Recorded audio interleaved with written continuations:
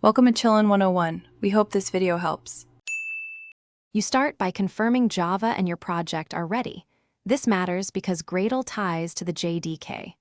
Once done, open Visual Studio Code and use the Explorer to jump to Gradle/wrapper/Gradle wrapper. Properties.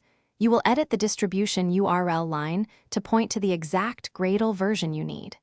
Make sure to save a copy of the original value so you can revert. This first edit establishes the wrapper version that controls builds across environments.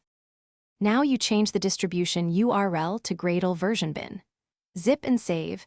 This tells the wrapper which binary to download. Then open VS Code terminal and run the wrapper task. /Gradle wrapper on Mac OS/Linux or Gradle. Bad on Windows, this regenerates wrapper files.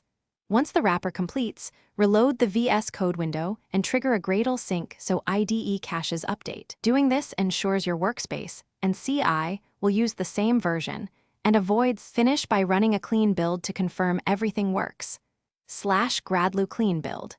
If you hit errors, revert the distribution URL to the previous value or confirm Java Home matches the supported JDK for that Gradle version. Mismatched JDKs often break the build. If problems persist, inspect the Gradle daemon logs in the Gradle directory for stack traces and network issues. One key troubleshooting tip: clear the Gradle cache and rerun the wrapper if downloads or corruptions are suspected. Thanks for watching. Consider subscribing if we helped you.